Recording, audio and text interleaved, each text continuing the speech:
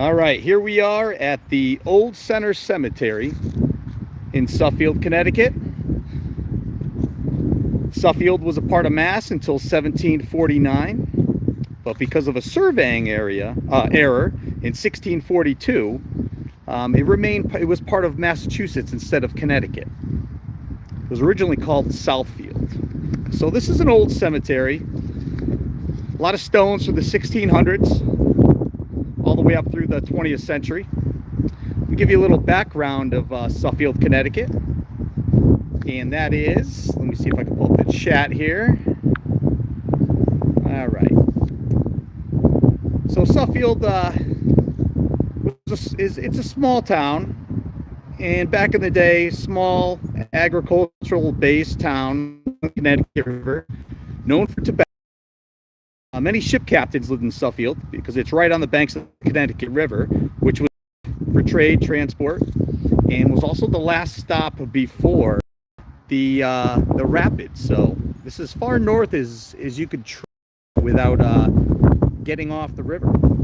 So the town was abandoned in 1875 during the King Philip's War when it was burned to the ground. So let's show you some. Hey Spitfire, how are you?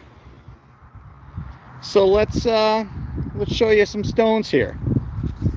So these are some of the older stones. Let's see here.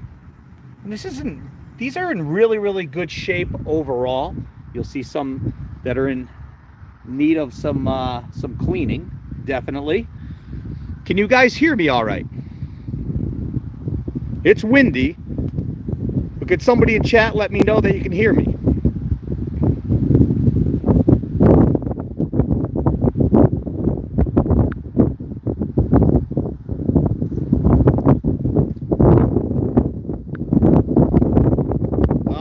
Thank you. All right, so here's a beautiful stone. This stone is from 1756, in memory of Tamar Kent, who was the wife of Sam Kent. And one thing about Suffield is it being right on the banks of the Connecticut River meant that it was very easy to get stones. There's a lot of quarries along the river, so there's a lot of variety of beautiful stone work that you'll see here because it's right on the trade route. And here's Sam Kent's stone right here. So this is one of the oldest historic sites in town. There's a lot of New England stonecutters that have work here. George Griswold is very famous, and of course there is the anonymous, the bat carver he is called. Hopefully we find a bat carver stone here today. Beautiful brownstone, probably from Middletown, Portland, Connecticut. I apologize for the wind, but I can't pick and choose my days. There's Anne Granger. Okay, this I believe is from 1717. Here's a 1732 stone. And what do we have here? Take a look. You can see the top of the stone here, almost like a skull. That is creepy but beautiful. A couple other older stones here, 1733. It's really tough to read these. And I wouldn't attempt to do much cleaning with these because these are a little bit brittle.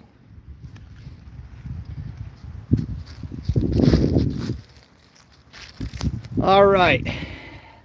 So I'm going to show you a pretty special tabletop here. I did a video on this before. This is from the Bag brothers, who were killed by a lightning strike. Let's see here. I don't know if you're going to be able to read much of this. Beautiful stone. You can go on my channel and there's a full video of the Bag brothers, the whole story behind their tragic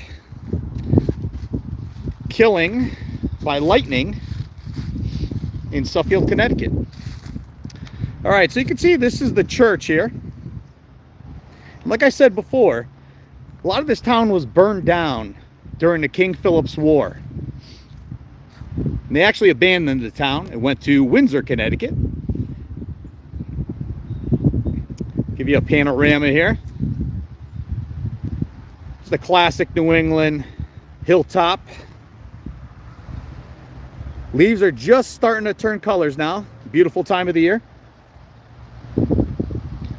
So let's head back, show you another row of stones here.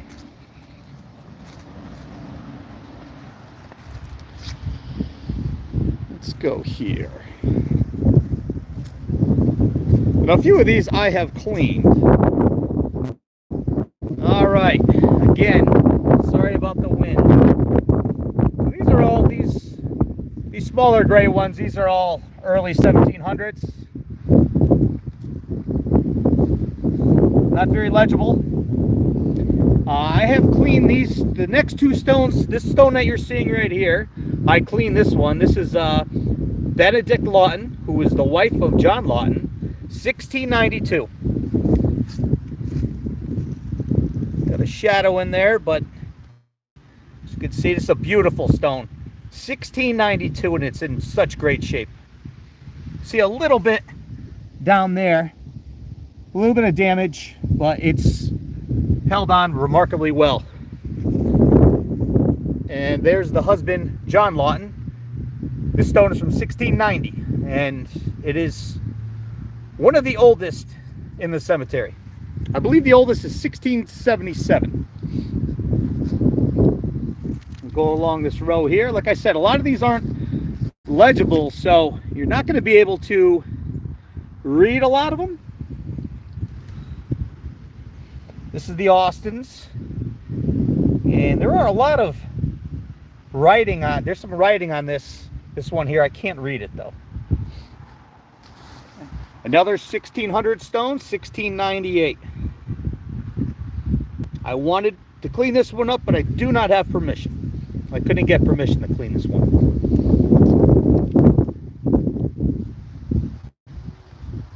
All right, we are moving on now. So this is the Loomis family. You see this massive, beautiful stone here.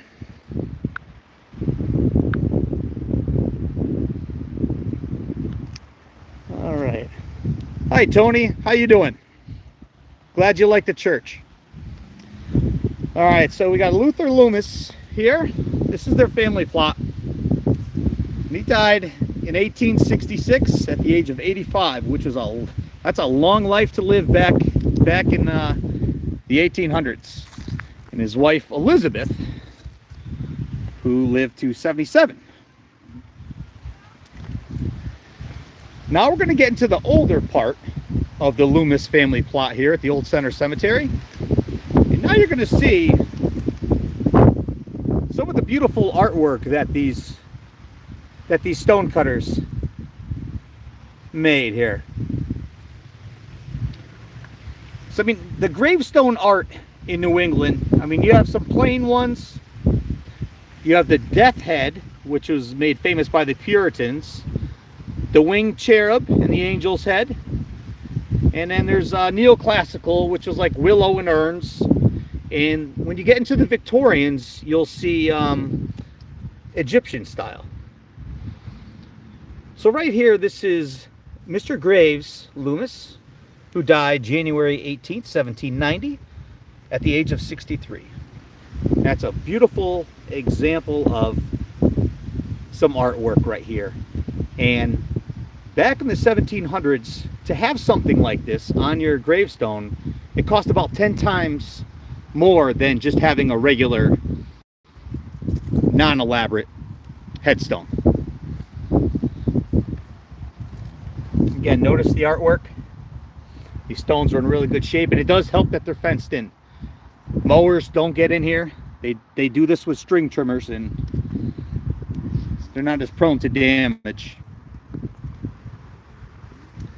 And you have the daughters here. I cannot read this one, and I really want to clean this one because there's a lot of writing on here, and it looks like young daughters, could have been twins, I'm not sure. Moving on here, again, same beautiful artwork on this one as this one. So this stone cutter obviously did a lot of these for the family. Again, this is the Loomis family plot. And here's one that I did clean. I cleaned this one right here, I believe last year, and in this one I cleaned this summer. It was more gray, turning black, and now it is shining bright. Really, really nice. And I forgot that you cannot, it's tough to read the name. It's the daughter of Luther and I think it's Jemima Loomis. This is a girl that passed away at the age of 9 from smallpox. So smallpox killed a lot of kids, a lot of people in the 1700s and the 1800s.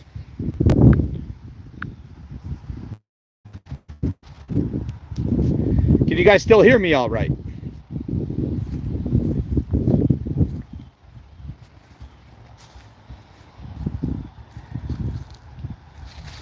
You just see a lot of these are laid over.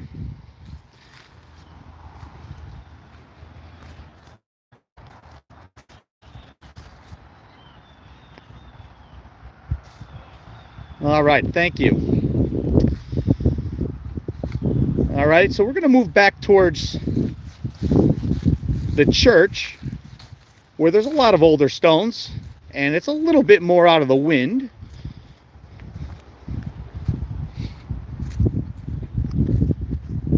Let's do a little panorama here. There's some really nice looking stones here, and you start mixing up the 1600s, the 1700s, and the 1800s.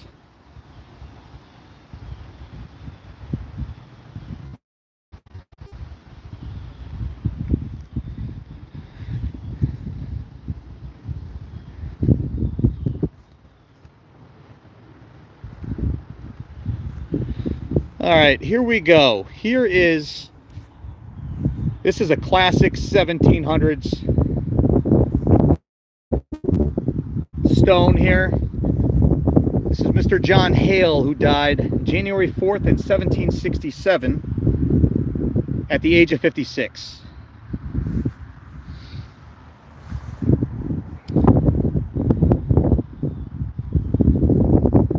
Here's a stone that I cleaned last year,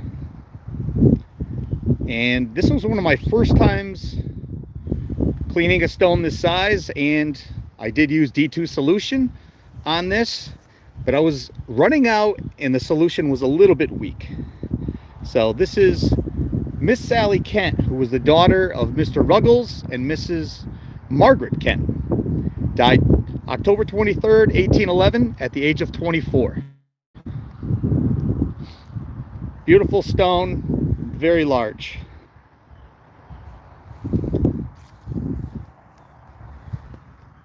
Again, notice the artwork. Very, very typical for the 1700s in New England to have stone cutting like this.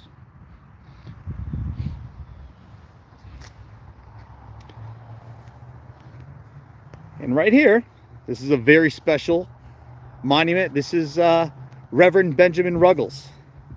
So this, it does say, yeah, he died in the 1600s. Let's see here. No, 1708 he died. However, this was built in the 1800s, and it was built to look like the original meeting house in the late 1600s in Suffield. This was erected, I believe, yep, right there, 1858. This was built.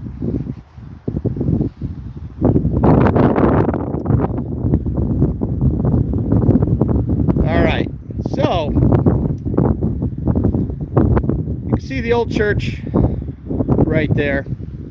Now, some of these stones are in better shape than others, but overall the cemetery is in fantastic shape for having stones in the 1600s and the 1700s.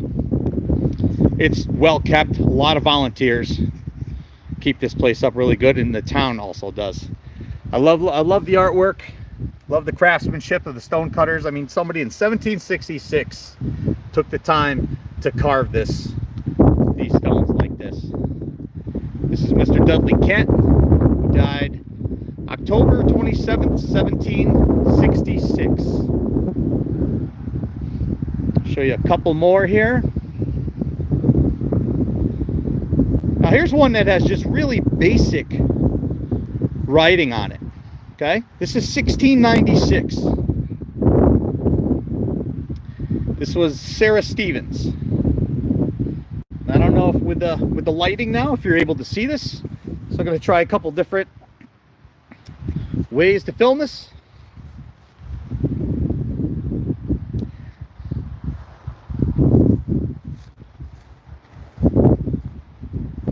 All right.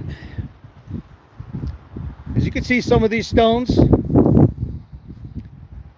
they have been knocked down before. They have been uprighted. They're all in various states.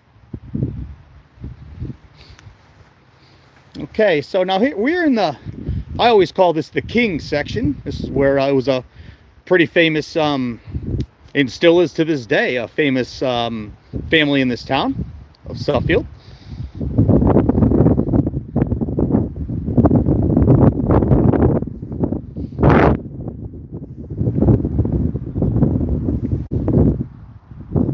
This is Mary King, who died June 24th, 1789. I think it's 1789, at the age of 45. Now these are gorgeous, these right here. Now this is 1776. So the American Revolution was at that time, and it's still here. So you got some history here.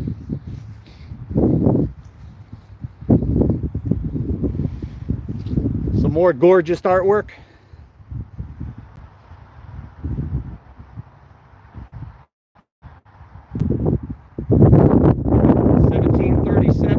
Mary King. All right, let's move on here. You can see some of them are facing in different directions.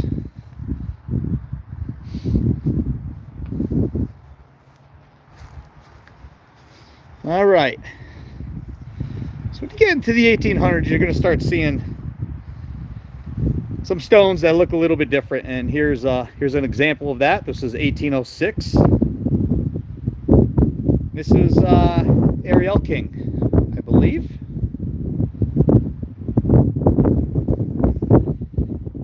All right, so again, notice how beautiful the art is on these. 1795.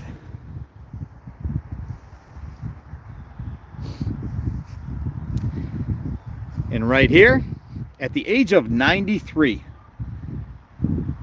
Captain Aaron Hitchcock lived to be 93 years old, and he passed away, I believe, at 1808. All right, so we're getting to the end of the oldest section over here. This is one of my favorites. This is the Williston grave. This is really unique. There's not another one like this in the cemetery. And hopefully you're getting all this because this wind is pretty bad.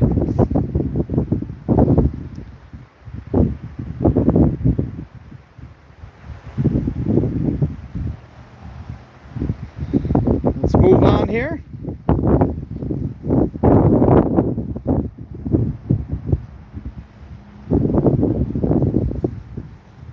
And this is one that should be cleaned. It's just very, the engravings are so shallow, I'm not sure if you're going to be able to see a lot.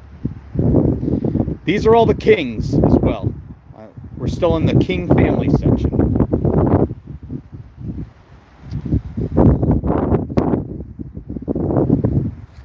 All right, I'm going to try to find something that's not so much in the wind.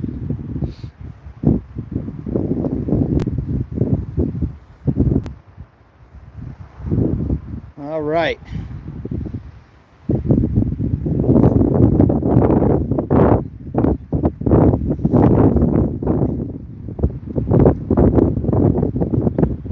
So this one is Miss Electa Taylor,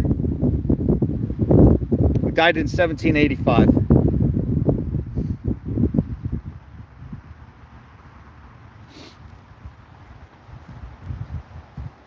Okay, got a couple more tabletops here. There's a dozen or so in the cemetery.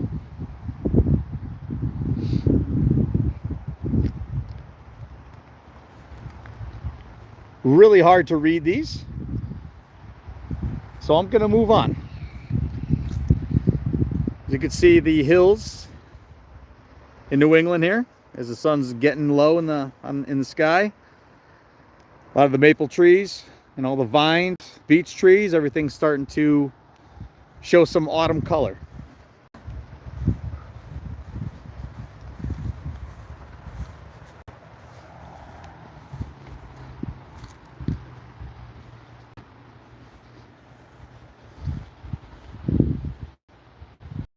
All right, so here we are in the Leavitt family area here, in the family plot. I cleaned a half dozen of these over the years. Here's John Leavitt, 1798, April 5th, 1798, lived to be 74.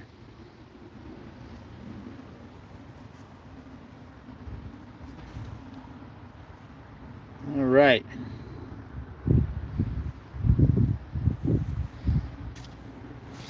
And here's his wife, Abaya. This is a gorgeous stone.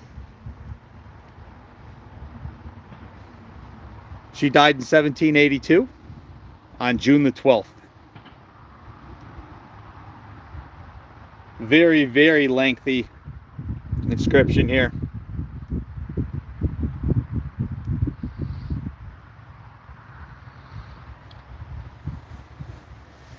Here's Captain Asaph Leavitt.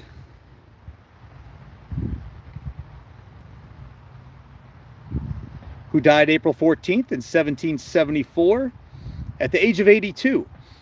And in this area, it's amazing because you'll see a lot of these people that lived to be 70, 80, even 90 years old, which is a rarity at that time.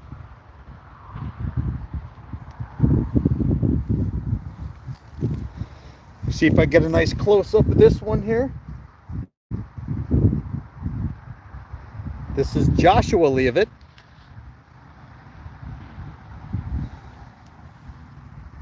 And I'm actually crawling on the ground now to get you these.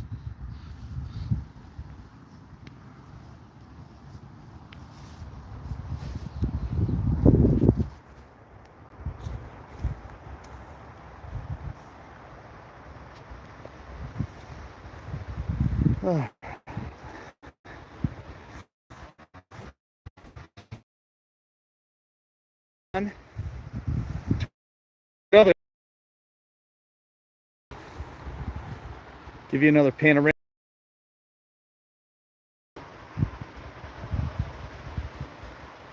The further you go, the newer the stones are.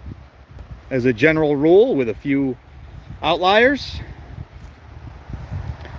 Let's head over in this direction.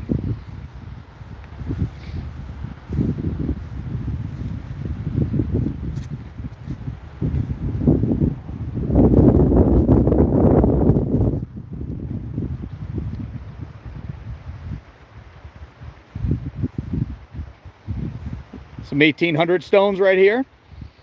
When you start seeing the brownstone and the sandstone, that's when you know you're getting back into the 1700s, like right here. It's an easy way to identify.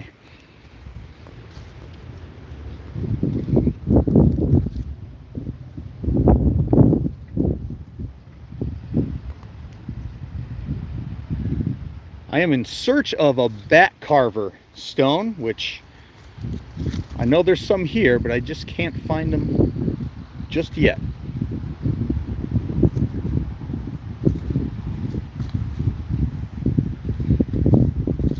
All right, let's show you some of these here.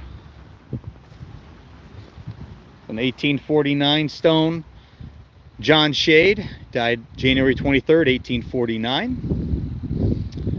I mean, you can tell right there. So that's an 1800 stone. And now you're getting back into the brownstone, which this is 1771. This is Mr. Thomas Sheldon and his wife Mary.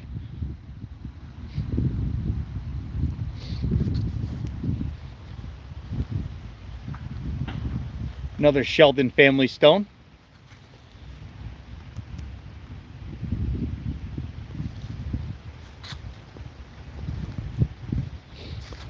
Okay,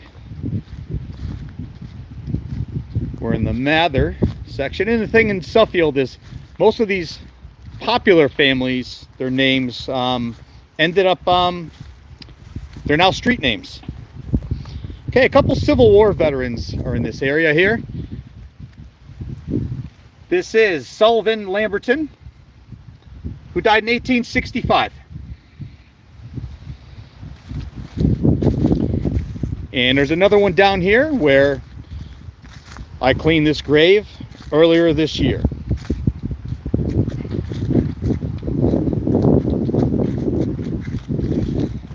And that is Corporal Patrick Brady, who died August 25th, 1868. All right, there was a double stone up here that I just want to backtrack and take a look at. It's in rough shape, but it'll give you some insight on what happens to these stones. What can happen to these stones. It's a real shame you can't read any of this, really. You can still see some of the carving, some of the inscription, but it is just wasted away. There is not much left, and that's a shame.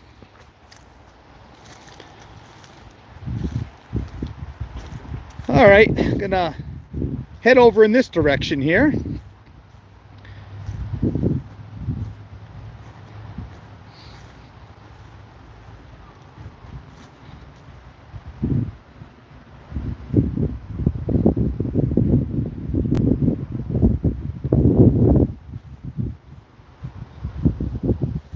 And again, I apologize for the wind.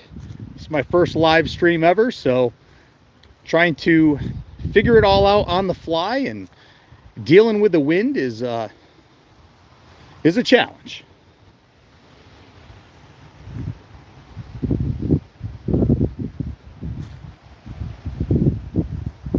Okay, here's a very, very prominent name in Suffield. So this is a Hathaway family stone here. Let me show you.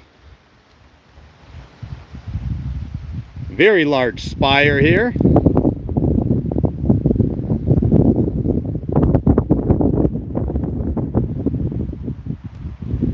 So there is Harvey Hathaway, who died November 5th, 1840 at the age of 44. His wife Emily, who died November 17th, 1870.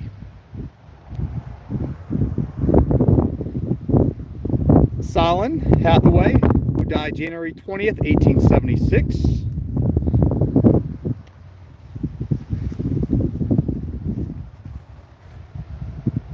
Emily Hathaway, who died July 27th, 1870. And Arabelle Hathaway, who died December 12th, 1886. And it's always a shame when you see this. When you have a stone that's down, but it's still being weed whacked around and it's still readable, so that's better than some.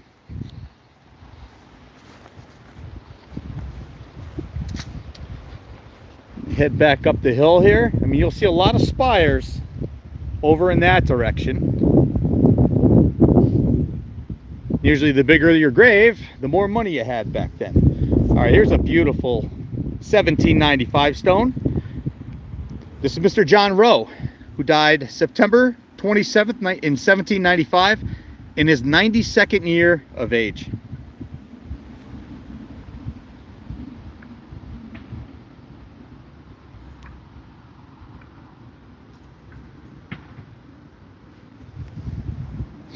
I'm going to show you a couple more before I end the live stream. So right here we got a monument that's down, and this cemetery, they take care of stuff. There's a list, and there's a priority list, and I guarantee you in the next couple of years this will be put back up. Here's a very unique one. Take a look at that right there. This is Mr. Elia Kim Kindle, who passed away August 13th or 16th in 1790. Very unique.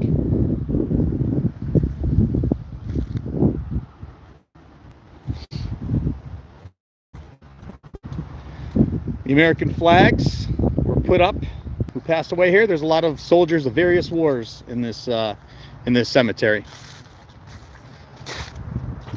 Here's Mr. Thomas King, who died August 30th in 1808.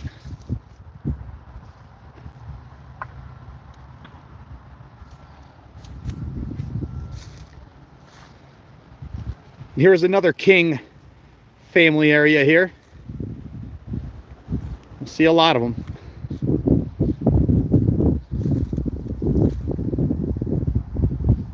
All throughout the 1600s and 1700s.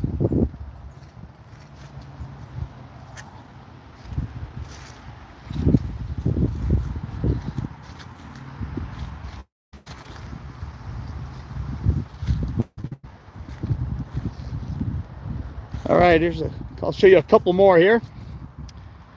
This is Mr. Lieutenant Thomas Spencer, who died January in 1753.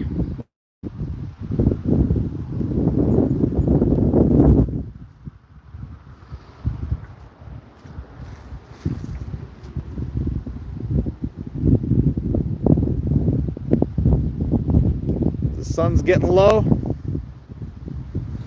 Just going to show you a little of this. Again, this is the Old Center Cemetery in Suffield, Connecticut. Give you a panorama here. I'll show you a couple more on the way out, and then I will end the live stream. I appreciate everybody's support, taking the time to watch this.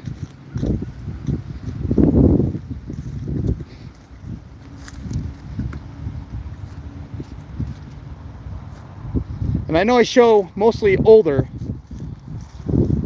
stones, but I'm going to take a little time here to show you Harris Monroe Austin, who was born November 2nd, 1920, passed away January 20th in 1999.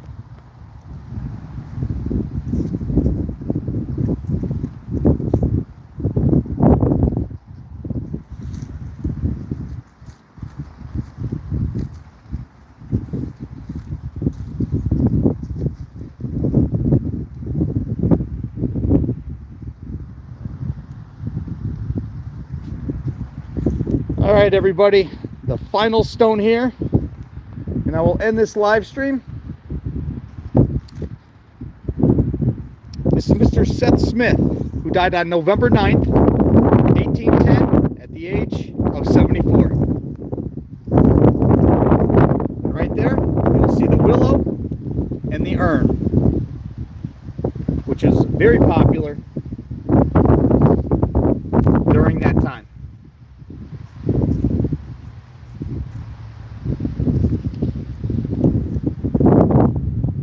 All right, everybody, Thanks for watching. Appreciate the support. Leave a like, comment on this. I'll be doing this again soon, hopefully when it's not so windy. Everybody have a great day.